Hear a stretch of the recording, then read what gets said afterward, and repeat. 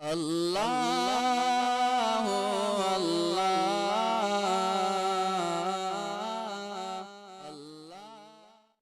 الحمد للہ رب العالمین والصلاة والسلام علی سید الانبیاء والمرسلین سیدنا وحبیبنا وحبیب رب العالمین اما بعد فاعوذ باللہ من الشیطان الرجیم بسم اللہ الرحمن الرحیم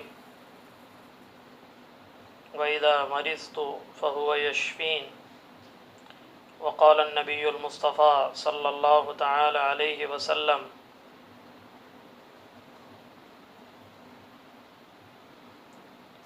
العطاس من الرحمن والتثاؤب من الشیطان او کما قال رسول اللہ صلی اللہ تعالی علیہ وسلم۔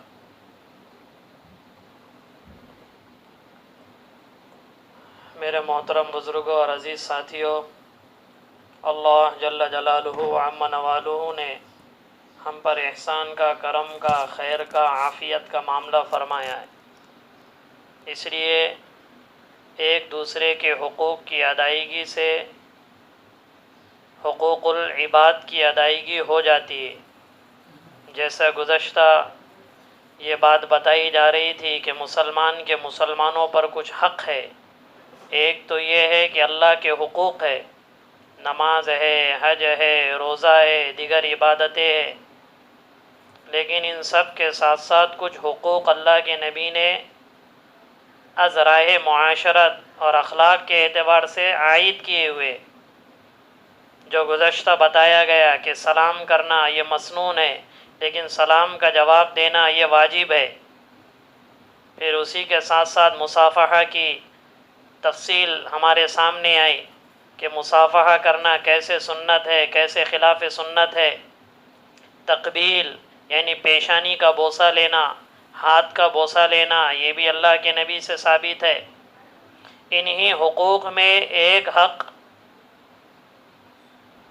چھینکنے والے کی چھینک کا جواب دینا ہے۔ اور ایک بات یاد رکھے، یہ چھینک جیسا کہ حدیث میں اللہ کے نبی نے فرمایا العطاس من الرحمن، چھینک کا آنا یہ رحمان کی طرف سے ہوتا ہے، اللہ کی طرف سے ہوتا ہے۔ اور جمائی کا آنا یہ شیطان کی طرف سے ہوتا ہے، سستی کی علامت ہوتی ہے۔ اور رحمان کی طرف سے چھینک کا آنا کیوں ہے؟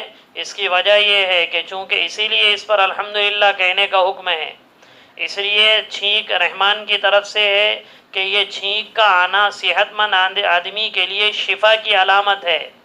دماغ میں ابخرے اور دماغ میں جو رطوبت رہتی ہے، چھینک آنے پر وہ ساری رطوبت ختم ہو جاتی ہے۔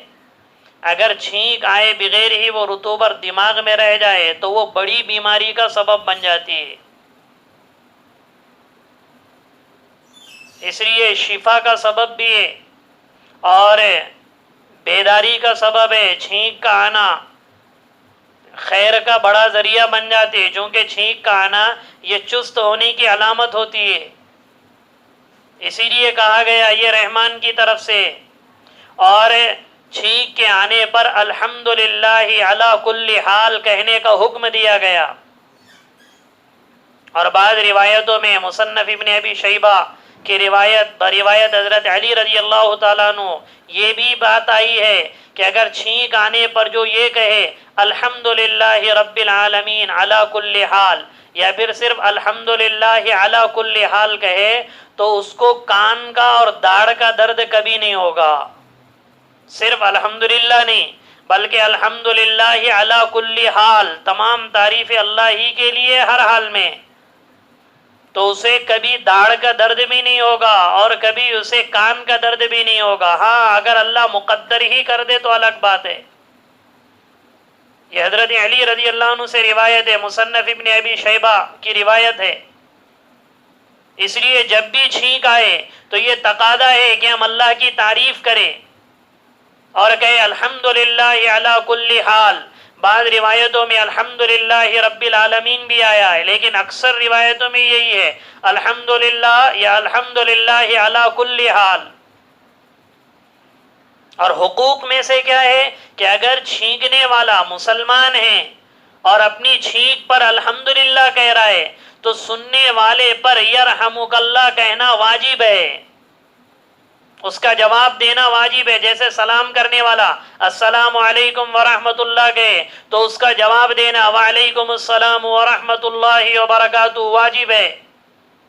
اسی طرح اگر چھینکنے والا چھینکے اور الحمدللہ کہے، اگر الحمدللہ نہ کہے تو جواب دینا ضروری نہیں ہے، لیکن اگر وہ الحمدللہ کہے تو اس کے جواب میں یرحمک اللہ، اللہ تجھ پر رحم کا معاملہ کرے، یہ جواب دے۔ اور جواب دینا کیوں ہے؟ چونکہ اس نے چھینک کے آنے پر اللہ کی تعریف کی ہے، الحمدللہ کہا، اس لیے وہ دعا کا مستحق ہے کہ اس کو یہ دعا دی جائے یرحمک اللہ، اللہ تجھ پہ رحم کرے۔ اور جب یہ دعا دے چھینک کا جواب دینے والا یرحمک اللہ، تو پھر چھینکنے والا اسے تیسری دعا دے یہدیکم اللہ ویصلح بالکم، اللہ تم کو ہدایت دے اور تمہارے کاموں کو درست کر دے۔ دیکھو تینوں دعا شریعت پہ ایک ایک چیز میں اللہ نے ہر معاملے میں سامنے والے کو دعا دینے کا حکم ہے۔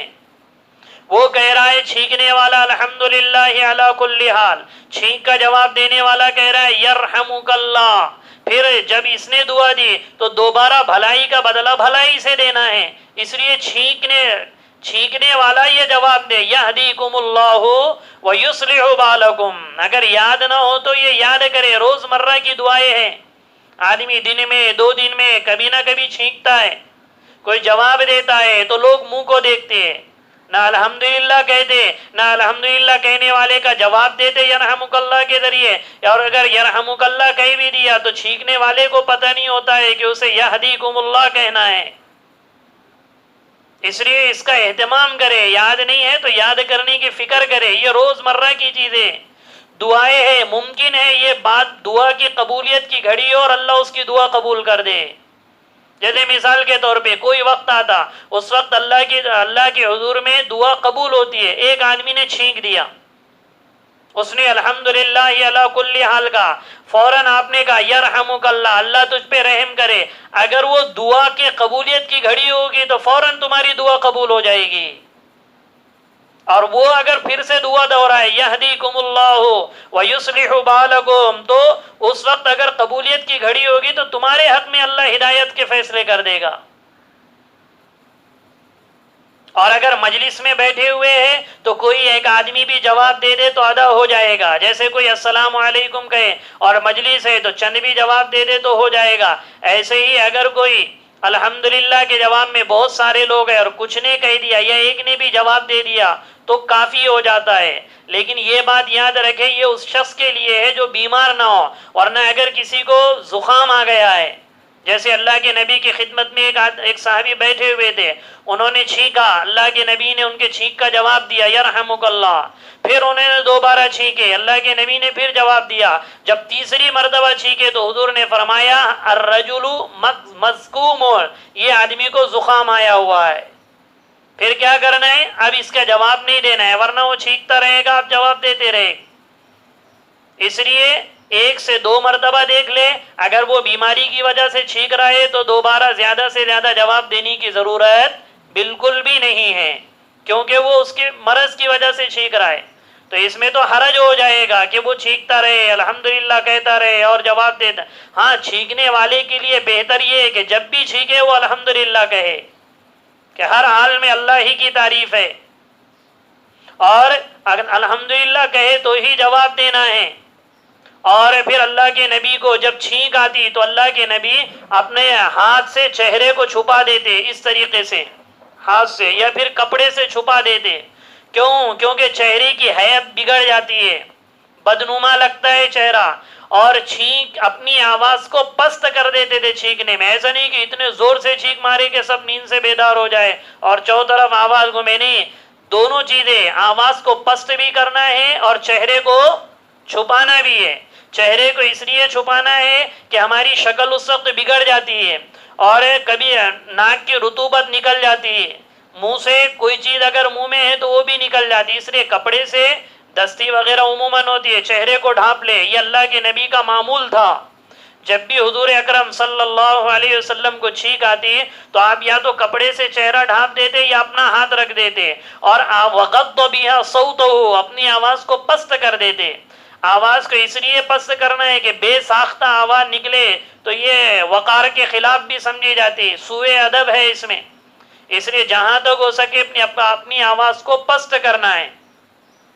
اور اگر غیر مسلم چھینکے تو ان کو یرحمک اللہ نہ کہے، کیونکہ اللہ کی رحمت کا مستحق ایمان والا ہے۔